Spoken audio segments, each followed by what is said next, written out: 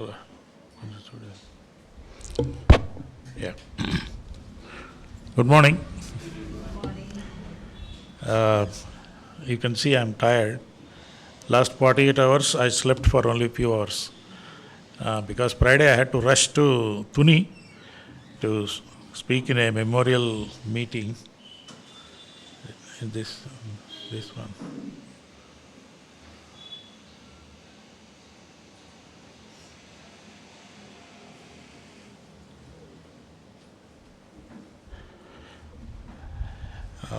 It was the parents insisted that I should come. I said I have to be here on Sunday morning. And yesterday they had it, and so they immediately sent me to and fro flight. So Friday night I had to fly, and when I went to airport, after reaching airport they said your flight is delayed by 2 hours. So I had to sit in the air condition for 4 hours almost. And finally when the plane took off, it was raining heavily. But still we went. Okay. And then by the time I reached that particular place, it was 1 o'clock. Then they said we have to leave by 8 o'clock from Rajahmundry to Tuni, 100 kilometers. So we traveled there, and I had the opportunity to speak to a crowd of more than 1,000 people, and it was about a 21-year-old youth who committed suicide in US because all his friends passed exams except him. And so he locked himself, and he was already on medication. He took all the medicines at a time, and so they said, you are the right person to speak. And so they sent me the flight tickets. So yesterday I spoke, and then yesterday night itself I had to fly back, and I had to go to Kakinada from there and meet some people, and then I had to rush from there to Rajahmundry airport. It's again a 1.5 hour drive, and it was again raining, and yesterday the flight was on time. And so it was good because I could come. And so I returned last night at 11 o'clock. I booked a Uber in the airport yesterday. And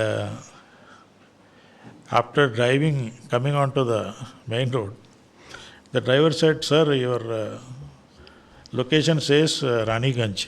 What? I said, I booked for Sun City. And then I had to change it.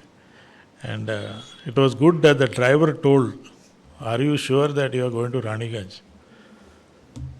No Uber driver asked, isn't it? He will simply drop you and go. And so again I had to relocate myself, and I changed that. He helped me to how to change, retaining the same driver. It's very interesting. By God's grace I came, and so I didn't have much sleep, and last 48 hours. But I'm happy that I could go there and talk to that family. The father of the boy who died,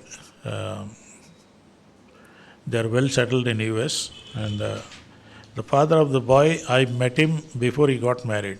I went to Tuni many years ago, and so he remembers me. And I could speak there, and it was nice. But while I was speaking, after 10 minutes, the relative sent me a note. He said, please don't use the word suicide and depression. I said, this is an occasion, and you called me because I have had the same experience. And so I could I was surprised why they sent me that note. But after the service, many people came and said, your message has answered many questions, especially about this kind of situation. And therefore, there was a lady crying, and she said, finally I found the answer. What is the answer? Do people who commit suicide go to hell or not? So when my daughter died, somebody within 24 hours sent me a link. He said, please open this link and you will find out that right now your daughter is in hell. Because those who commit suicide go to hell. 40 years of ministry, I was shocked. And instead of comforting me, they were up to me. I don't know why he was, that guy sent me that information. Sorry.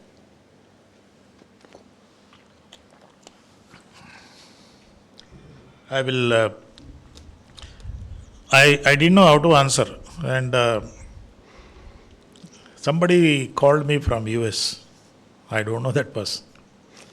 He called me and said, Pastor, I have gone through same experience. My daughter also went through, she passed away, and people accused me, and they also said, your daughter is in hell. And he said, I know that my daughter has accepted the Lord. And so I too was wondering why that question. And then he found an answer. Somebody sent him some other message. And in that message they said, Samson committed suicide. Isn't it? Yeah. He wanted to die. So he committed suicide and God allowed him. And instead of a natural death, he died in that way. He wanted to die. And so the logic was, though he committed suicide, you find his name in the heroes of faith. That means he is in heaven. And I was telling yesterday that it is not how you die, it is in whom you die matters. It's not how you die. People die in different ways, and God, okay. And it is not how you die, it is in whom you die that really matters. I'm saying this because yesterday I was really surprised, because I was saying yesterday, one of the sentence was, these days preachers are focusing on prosperity gospel, not comfort gospel, encouraging gospel. And I write my diary every day, and just before they called me, a day before I wrote from 2 Corinthians chapter 1, where it says that God has comforted us so that we can be comforters to others. And so the title of my meditation that day was, you and I, who are God's children, we are all comfort specialists. We have specialist doctors here. But we are all doctors, at least one area, that is we are comfort, doctor comfort. We are comfort specialists, and I had that appointment yesterday. So I spoke like a comfort specialist.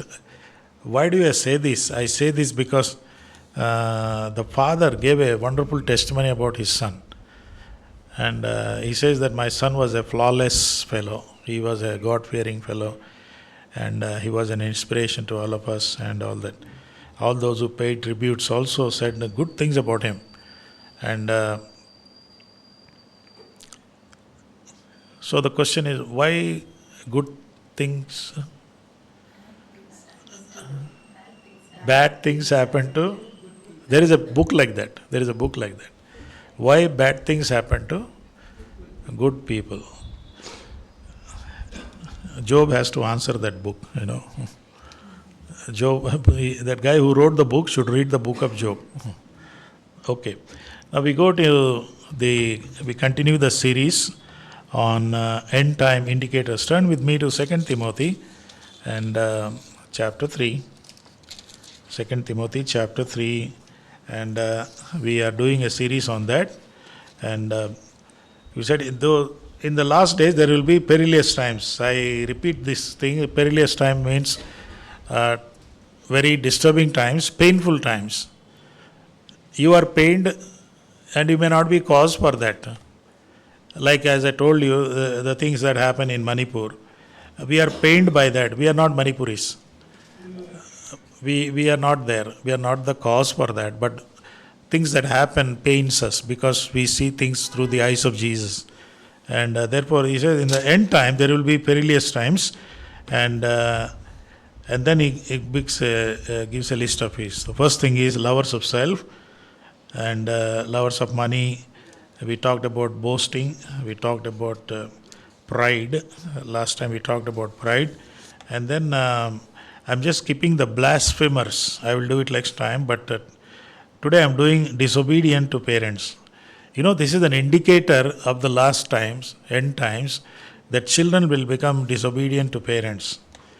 And we planned a family retreat on August 8th.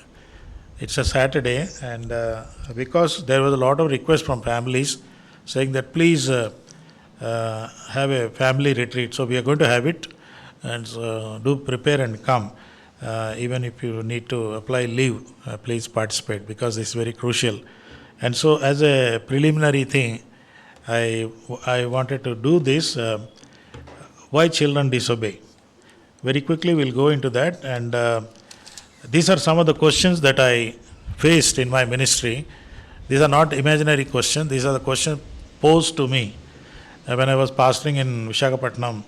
And one of the guy was saying, he's a young man, he says, my parents don't mean much to me. I return home every night since I treat my home as a boarding and lodging, not as home. Do you have youth like that? Yeah. They go back home and they have nothing there. The parents are there. If they had money and all that, like US, they don't mind even going out of the house. And that's what's happened in US, Western countries, where a person who is crossing 15 or who becomes a major, he just walks away from the house and tries to have his own source of income, and he'll have his own lifestyle. And so, why not? Why not? So the answer is, one of the answers is that you blame the media, you blame the society, and we have failed as a parents. Which one is the right answer? You have to answer it. This, after the youth meeting in that church, one youth was not going home. So I asked him, what happened? This is what he said. I don't want to go, because when I go there, I see my parents fighting. I don't like that. And I am in the crossfire. And so I better stay here. And since I don't have money and no food, so I treat my home as a boarding and lodging where I don't pay any money. It's a free boarding and lodging. It's a tragic thing. It's a very painful thing. And one more question. My parents have time making money, whether clean or corrupt money, I don't know, but they don't have time for me. They have time for money, not me. This is another question that I do that. And what is the answer? It is a school's responsibility. It is Sunday school responsibility. It's a parent's misplaced priorities. You can add some more answers there. There are some people like that. They question me. They said, why they don't spend time with me? And so I asked my father. He said, yeah, we all spend time together. How? We watch TV serial. That's not spending time with your family. Each one of you watch differently. So when they watch a TV serial, the father will watch in a different perspective. If there is a young girl, she will watch in a different perspective. She will see what was the dress of the heroine there or whatever. And so different things are there. Question number 3. My parents have time for me as a performer, not as a person. Same thing, I put it in a different way. You perform, you must score, score high. And so, very sad thing. Yesterday, that person who died 21 years, it was all about performance. Of course, the parent did not insist that he should perform, but he felt that he did not perform. I asked some relatives there, and they told me that he committed suicide because all his friends succeeded in the exam, and he failed in one exam, and he felt that he was unworthy. But there are people where the parents insist that you have to perform. We are least bothered about you as a person. And so today we are going to talk very seriously, because this message is going to all over the world. I'll be putting in the YouTube. Your performance is our prestige. If you don't excel, you will be expelled. If you are spiritual, it is a casualty for us. For some parents, if a child is spiritual and the parents are not spiritual, the child is a threat. This I experienced from, I told you about Vishal. Remember Vishal? I was a VBS teacher, and Vishal accepted the Lord on the fourth day. The next day was a Sunday, and therefore I said, you come and share your testimony in the service. The pastor gave me 5 minutes, and I was waiting. The service was over. Vishal did not come. I said, Vishal, what happened? Next day he came for VBS. And you know what he said? He said, Uncle, my parents said, you don't have to be too spiritual. Don't give testimony. Not necessary. Just go to VBS and come. Because your spirituality is a threat to us. Because we are not spiritual. These are not imaginary questions. They are just experience. My parents don't live together. They come to church. They pretend to be a great couple. But I know for sure that they are mentally divorced, not legally. Why should I experience this? I have one person talking to me like this. What could be the answer? Different answers I am imagining. One is blame the father, blame the mother, and then the child says, I wish I was not born to them. Sorry, today I'm feeling thirsty. Okay. Any more question? Okay, let's see one more thing. My boyfriend says that since most marriages end in divorce, living together improves the chance of a successful marriage. Does it? The best example is Kamal Hassan. Remember that? Kamal Hassan lived with he divorced his actual wife, first wife, Vani Ganapati, who was a beautiful dancer. And so he was in love with Sarika, who is an actress. They lived together for 15 years. They had two daughters. And when the daughters were 13 and 15, then they got married in the presence of their children. It was a big sensational news. And live-in relationship is becoming more and more nowadays. And it's not an overnight development. The children are watching. They are watching families. And therefore, different answers are there. Yes, no, try out. Answers are there, different answers. And so no way. Or sometimes, the children go there in US, other countries, and stay there. And when they are not married, they live together. They have a live-in relationship because they watch other Americans do that. They see that that's an acceptable thing in the American society, Western countries. And therefore, let me try. And so these are some of the questions that disturbed me. And so based on that, today we are going to do 2 Timothy chapter 3. It says, in the end times, one of the indicator is that children will be disobedient to parents. Disobedience is a word. I will explain that. Parents and children is a beautiful relationship. I have observed those things, and few things, it's the most intimate. Nothing can replace that kind of a relationship. And they say that it's intimate because, especially with the mother, and because when the baby cries, everybody tries to pacify the baby, but finally when the baby lands up with the mother, just calm. Because the baby is tuned to the heartbeat of mother for 9 months in the tomb, and so it works. And they give the example of penguins. Remember the penguins? They don't live single. They live as a community. And so when the mother delivers a baby, and if the baby is lost in the all hundreds of penguins, the baby teaches a kind of a sound which only the mother and the baby knows.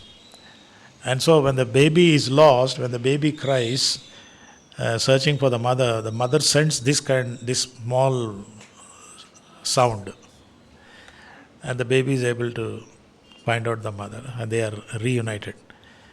That's the thing. That's what It's most intimate. It's also informal. There are no formalities. There is nothing like that. By saying that if you want to meet me, you take an appointment. No, nothing like that.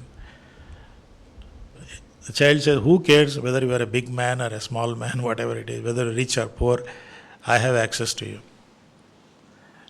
But there are parents. You remember last time I talked about father. Some fathers they are available but not approachable. You know that. One more thing is they are inquisitive. Children are very, very inquisitive. And sometimes it irritates us. They say, "What is this? What is that? Why this is in white color?" Did you have that experience? Yeah. And so I remember teaching my daughter when the lari was going, I said, "It's a lari." And she was not able to say, she was a lali. And so next time when she saw that, "Papa, lali." Okay. They learn, sometimes they are very funny and all that.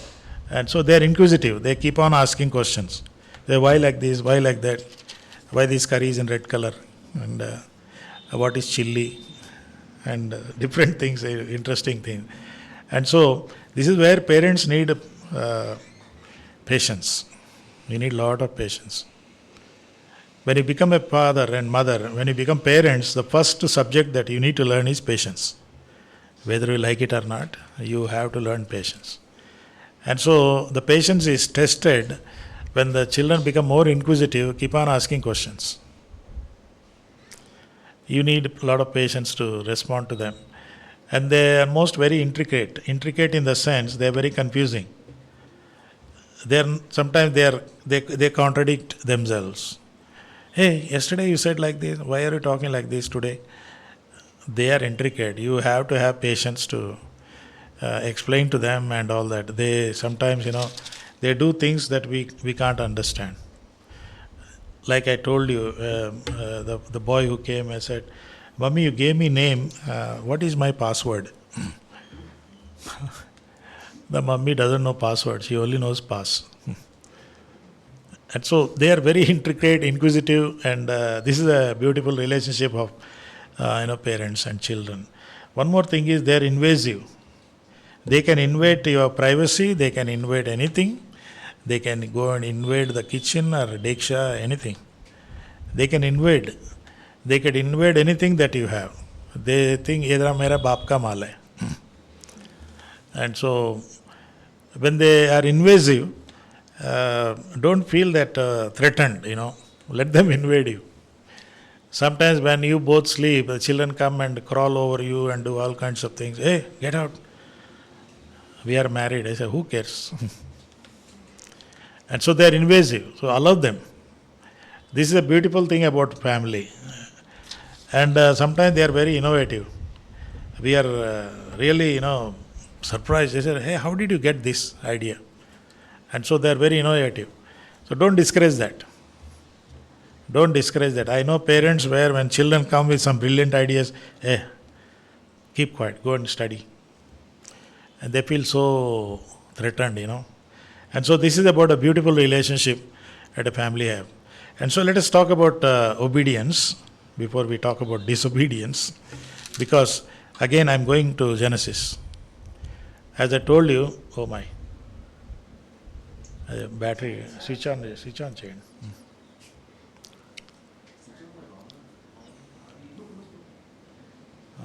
But it is there, light is there.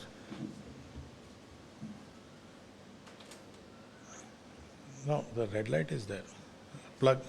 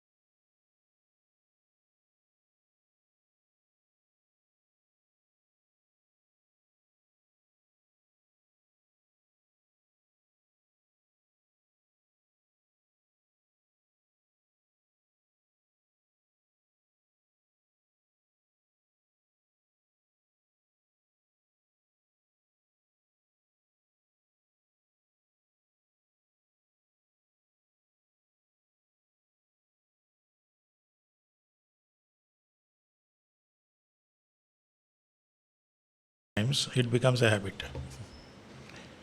It need not be 23 times in 23 minutes. It can be 23 days or 23 weeks, whatever it is. But they consciously repeat a certain thing, it becomes a habit. And habits can become hooks. And if you are hooked to good habits, that's a good thing. And this is where, children, when you are hooked, you have no freedom. The crane when it lifts a thing, that thing has no freedom. It has to move according to the crane. So hooks sometimes control us, and that's why important. The school of obedience, I have learned some principles. If you want to teach your child obedience, first of all, you know what is obedience, and it comes from there. Let us see, Adam and Eve were the first children, and God is the father, the parent. How did God teach obedience to them?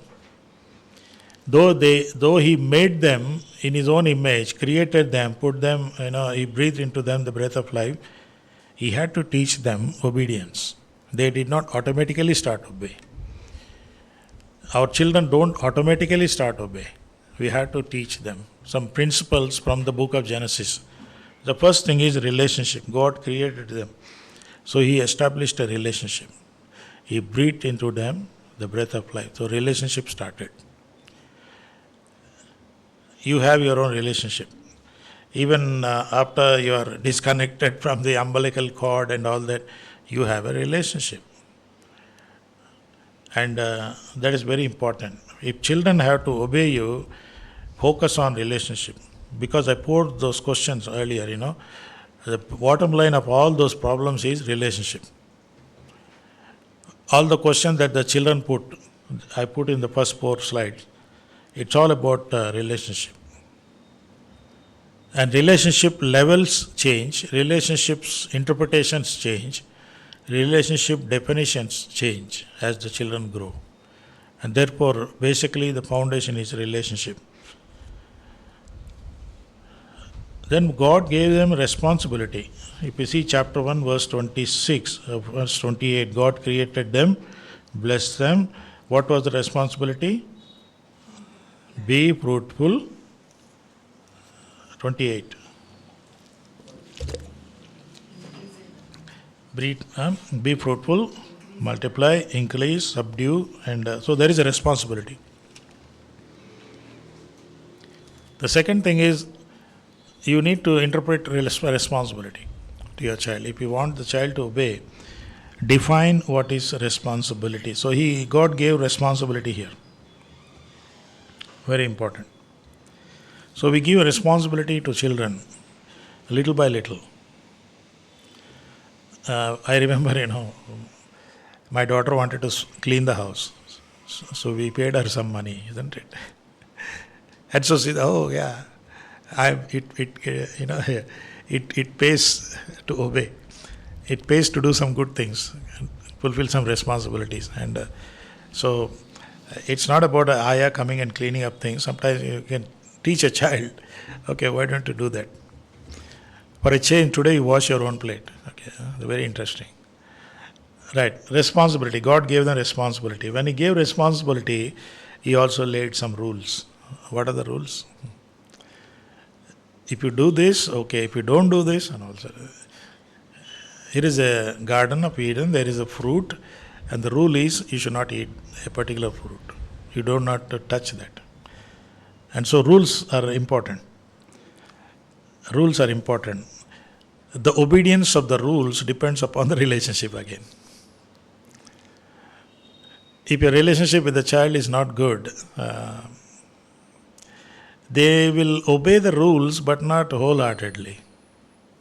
They obey the rules because out of necessity and because they have no other way. And therefore, rules are very important, and rules should be very clear. It should be like yes or no. Don't do this, do this.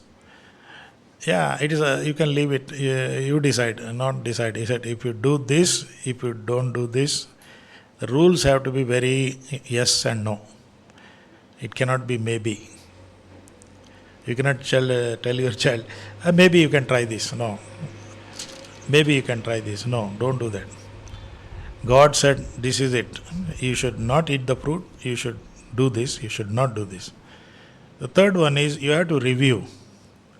When the rules are not followed, review. What was the review? Chapter 3. When Adam and Eve sinned, God came and reviewed. He said, hey, Adam, where are you? So Adam said, don't ask me, ask Madam. Madam, what did Madam do? Madam asked the serpent. So God said, I don't care about serpent. Of course, serpent was cursed. But here is a review, very important. This is all about obedience, not disobedience. Just the opposite of this is disobedience. Review, very important. What is the rule? I am joining you in a school. You are in the 3rd standard and you are given a syllabus. You have to study and then you review. When they come back, you review. He said, what did you study today? Did you do your homework and all that? And so very important, review it. And then the 5th thing is, last one is reward. Reward them. In the review, when you realize that they have fulfilled the responsibility, they obeyed the rule, and they were successful in the review, you have to reward. Same thing. Think about the parable of the talents, same principles. The manager had a relationship with the workers. He gave them responsibility. He put some rules. He came back and reviewed. Then he rewarded. These principles are laid in the beginning itself.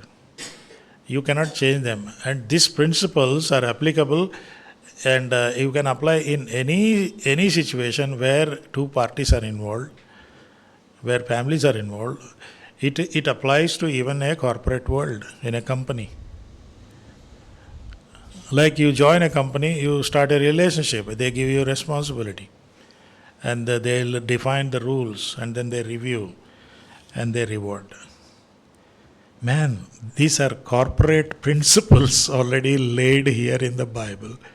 And people write books and make money. So when I studied this, I said, yeah, this is the story of obedience. Okay, let's move on. But you know what happened? They disobeyed, chapter 3. They disobeyed. Same thing. What was the secret of their disobedience? The crisis of identity and the craving for independence. Children disobey, same principles. When they realize that they are not identified, they are not recognized, and so they want to be independent. Yeah, independence, we need to give freedom, but not kind of a freedom where they don't want to come under that rule, the thing called rule. And therefore this is very crucial. Why did they disobey? Satan came and said, I will give you another identity. You can become gods. Push out God. You become God. So Satan created that identity crisis. And the second thing Satan said is, you can be independent of God. You don't have to depend on God all the time. You can be independent of God. Do these things apply to children today? They are struggling now. When they miss these things, when they are not recognized at home, when they are not given the recognition that is due for them, you have to think. And then they think that it's time for me to unplug myself from the family and have my own identity, have my own independence. Remember this? What is the best example? The story of the prodigal son. Same thing. He said, I want to have my own identity. To have my own identity, to be independent, I need money. So what happened? Same thing. He cut off relationship. He didn't want to fulfill the responsibilities. He didn't want to obey the rules in the home. He wanted to be independent. So when he went away, he reviewed his life. He was sitting in the pigs, among the pigs. He reviewed his life, And he said, is it the reward I got because I cut off relationship? And therefore it's back. He comes back. And therefore this is very important. Let us understand the word apathis, disobedience. The word is peito. Peito is actually a name of a Greek goddess. The Greek goddess is called as somebody who persuades you. He wants to gain goodwill, control, to please you, to win favor. All these are the words that are being used. Why I use this word is that disobedience is a word that comes from a Greek goddess who persuades you to be independent. Look at that, para aku. Para aku means para is put aside, to hear, refusing to hear. That's disobedience. That's the meaning of disobedience. Children disobey because they don't want to hear. They don't want any rules and regulations for them. And so this is very crucial. So what is the story of disobedience? Same. This is the opposite of this thing. No relationship and all these things are gone. When all these things are gone, you have disobedience. Let us see some of the things. What are the causes of disobedience? It is in our nature. By nature, we are disobedient. Okay? Is there any parent here who said, I taught my child how to disobey? Anybody here? No. You don't have to teach disobedience. And one fine day, your child disobeys. Said, "Arey, who taught you that?" He said, it is in my nature. It is in my nature to disobey. It is in my nature to do all negative things. You don't have to teach a child how to tell lies. One day, suddenly a child tells lies. Hey, how did you learn? Yeah, you only taught me. How did I teach you? I observed you that you told lies to mummy. It's not only that, it's they know what is lie. Okay. And so, a few things very quickly. We are running short of time. And disobedience can be general, because all of disobey, I also disobey. Sometimes it is specific. It's all about evil. They disobey because they realize that there is favoritism. Because my parents don't love me. They love my siblings, or my brother, my sister. And rejection from parents, as I told. And unheard heart cry. Children cry, and they don't cry audibly. You need to have the ears to understand their cry, because their body language, I'll tell you that later on. And not only that, you want you in the child. Hey, I was like this, you must be like that. It never happens. Let the child be independent. Let the child develop on his own or his own. It is very important. Hey, I used to do this, you must do that. I was like this, you must be like this. It's not possible. It's not possible for everybody.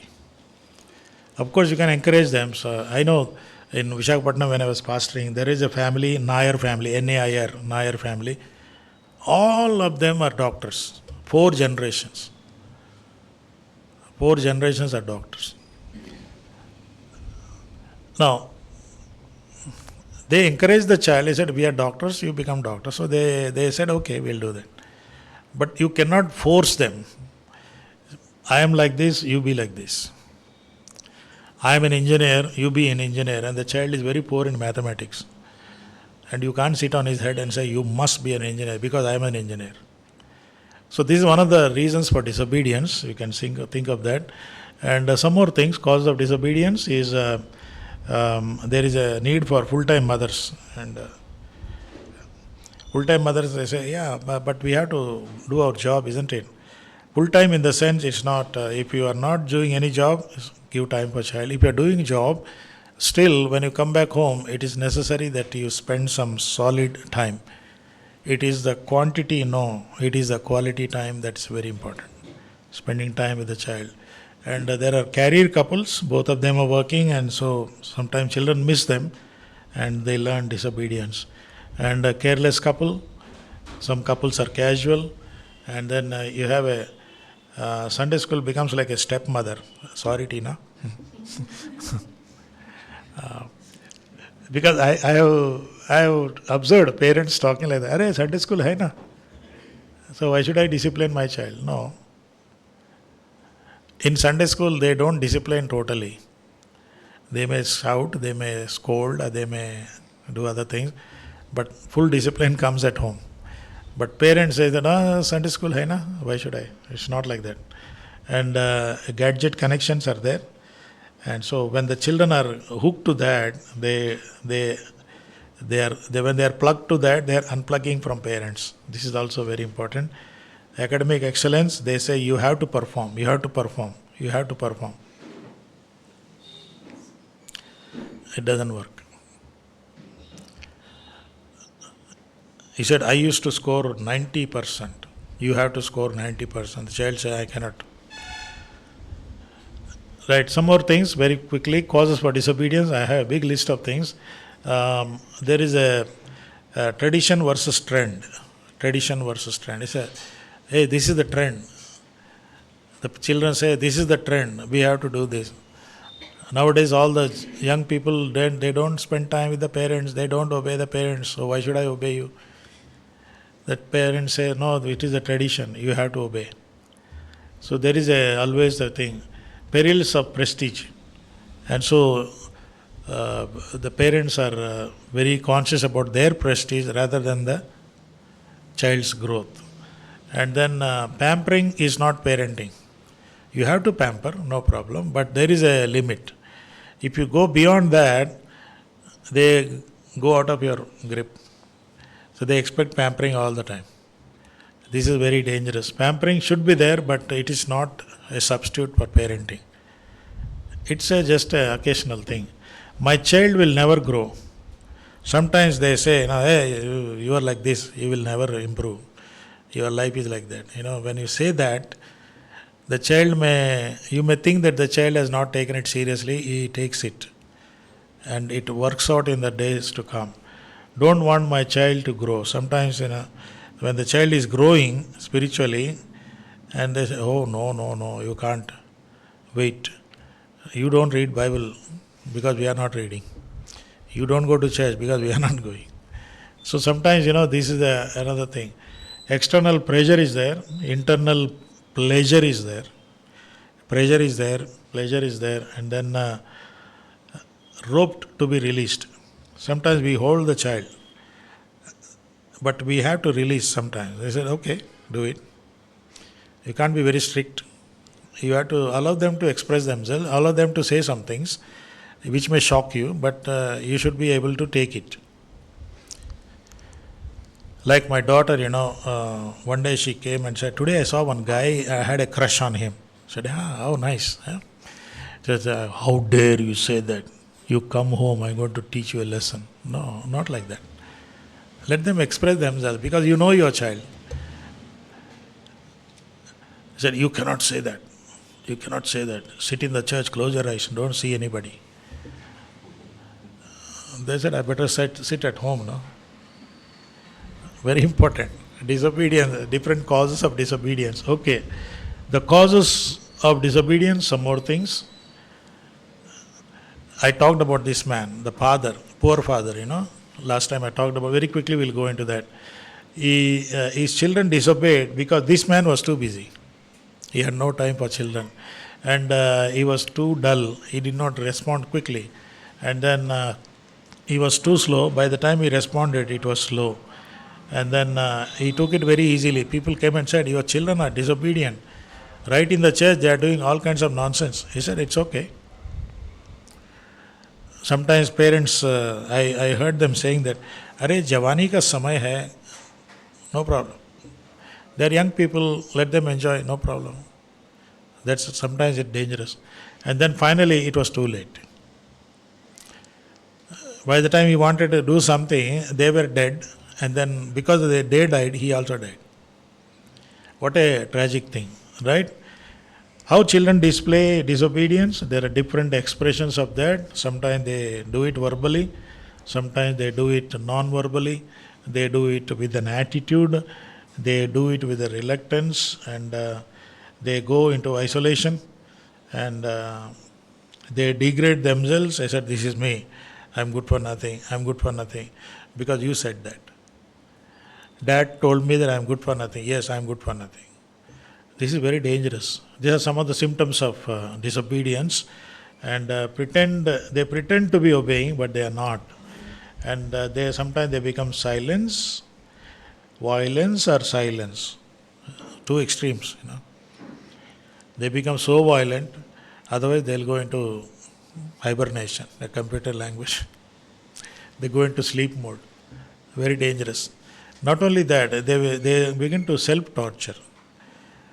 How do they self-torture? Sometimes they cut themselves.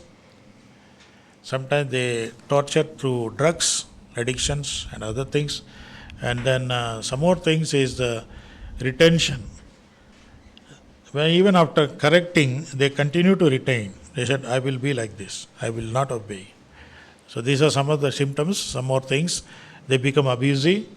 They become abusive to the siblings.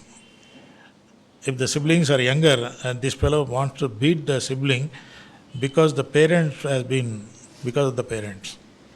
And so they want to show it out, and okay. What is the cost of disobedience for a child?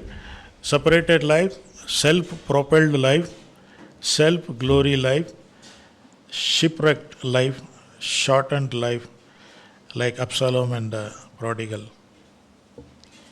They disobeyed. Absalom disobeyed, he died. Prodigal son disobeyed, but he came back. He came back. There is a road to recovery. We have to think about that. Just few more slides. I'm through. So this is the cost of disobedience. Which is the most dangerous one? You decide. You decide. I'll send this whole thing on WhatsApp if you want. I didn't bring that printout in English. I have it in Telugu. Finally, it was a shortened life. It was a shortened life. Absalom was a great man. So I read in a book, I said Absalom had a lot of hair. So he used to spend 1 liter shampoo every day because he had to adjust his hair. And anyway, his life was shortened because he disobeyed. He disobeyed so much that he wanted to eliminate his father and be sitting on the throne.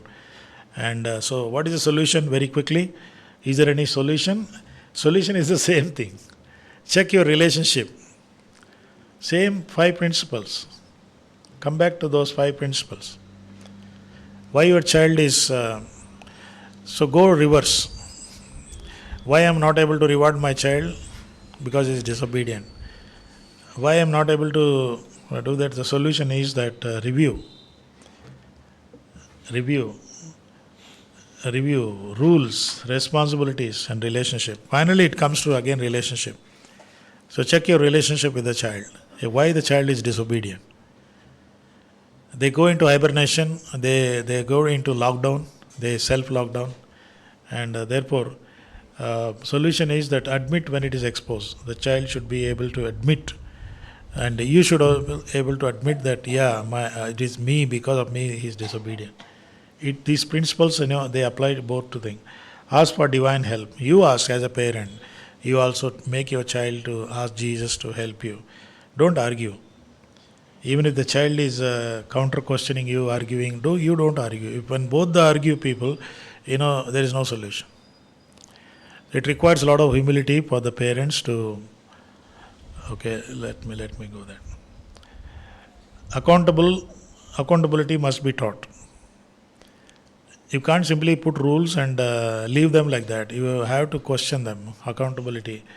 And then when you see some symptoms of disobedience, which we had a big list, look out for those symptoms and help the child not to repeat those things again. Right? Here is a very important thing. When a child is born, last time I told you, when a child is born, the child has no choices. Certain choices the child doesn't have. The choice of sex, whether I should be a boy or a girl, no choice. No choice of parents. No choice of skin color. So many choices. You can make a list of it. But think of the choice of parents. The parent, they don't have a choice of parents. And so, what kind of a parents do children inherit? What kind of parents? When the child is born, the child doesn't know whether the father is a drunkard or a dangerous man or a wife beater. He doesn't know. But when the child grows and comes to know that, oh, this is the father, I wish I was not born to this fellow. But they don't have a choice. They don't have a choice. Very quickly, the father that I inherited, few things that I wrote from my own experience, and some of the fathers that I see, he is a very solid fellow. He is reliable, practical. Different thing. One more thing is he is a visionary. He is very creative. He is very lively. He is impatient. He is angry. He is brutal. Opposite of being lively. My father is very, very bubbly father. No, he is not bubbly. He is troubly. No, all the trouble. So they are scared to approach the father because he is impatient. He doesn't want to listen. And so he is available but not approachable.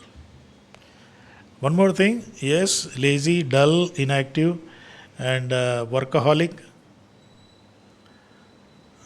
VV, what is VV? That's a wrong typing anyway. He is a workaholic. Sometimes he also is an alcoholic. He is a glutton. And so my mother is all the time worried, preparing food for him. He's all the time in a foodie. Or he is a habit hooked. He is hooked to certain habits. And he lives a double life, unpredictable life. He is a good man in the office, in the church, but at home he is a dangerous fellow. And so his attitude, his behavior, his reactions are unpredictable. I don't know how my father is going to behave. If I show my progress report, I don't know how he's going to behave.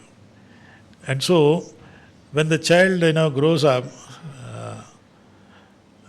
my father never grows up. He is very immature. And my father never smiled. I never seen him smile. He has no sense of humor. When I try to make him smile, he beats me. He doesn't want me to be a person of humor. Because he is not a man of humor. And so, is it the father that I inherited? Yeah, no choice. Therefore, would-be fathers, if you are listening, make sure that after you get married and all want to have children, what kind of a father they want you to be when they grow up and realize, oh, this is the father, this fellow.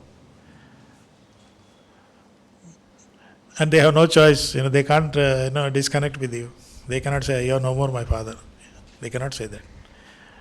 Okay, what about mummies? Okay, mummies also almost same things, And some more things I added. My mother is very reliable, practical. My mother is patient, prayerful, lively, and very loving. She is beautiful. And sometimes some mothers are lazy. They are inactive. They are like beast. It's not just father. Sometimes mothers also, they are scared. Children are scared of mother. And therefore, my mother is lazy. She never wakes up. And so my father has to get me ready for the school. Oh, this is that. Workaholic, yeah, she's a good cook, but she's a workaholic. She is all the time running around in the house. And of course, my mother spends a lot of time before the mirror because she is very image conscious. Yeah, there are some mothers like that. And they want to be more beautiful, more attractive than the 18-year-old daughter. They said. So image conscious, yeah, pampering, partiality, sacrificial, traditional. We have a big list of things. My mother is immature, she never grows up, she still behaves like a village lady. And my mother never smiles. I never saw her smile because she's scared of my father.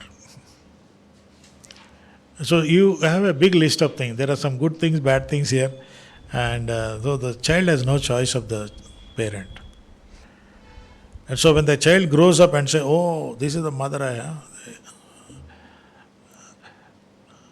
If I have to be born again and again, I will be born to this mother only. Or will they say, never? No, mummy like this. If I have to be born again, rebirth, I should be born to some other mother, not this mother. So children have no choice. And therefore, obedience matters. And finally, let us see these two psalms, and then we'll close. These two psalms are very, very important. What are they?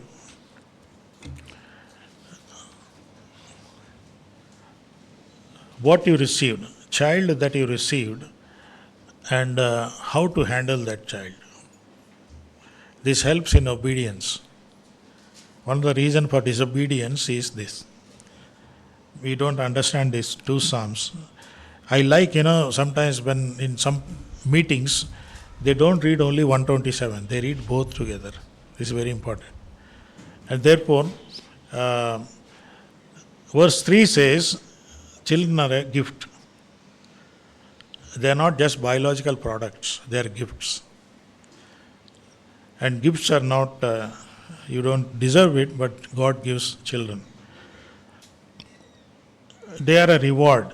You see the word there, reward. They are arrows. And then they are all olive shoots. Olive shoots. Not just olive shoots. The youth fellowship in Visakhapatnam, where I was pastoring for 5 years, the youth fellowship gave a name. My daughter only gave this name. Youth fellowship is olive shoots. That's the name. Maybe when we have youth fellowship, we will have that name. Olive shoots. They are not olives. They are olive shoot. So they are very tender. So how do I handle? If you want them to obey you, you need to handle them properly. It is a procession. It is a gift. Therefore, you appreciate the gift and value the gift. The child may be very notorious, but still, when you see the child through the eyes of God, you need to appreciate. It's a reward. You don't earn children, you are rewarded with a child. What is the reward? And therefore, it's a trophy and an honor. It's up to you to prepare that child as a precious child.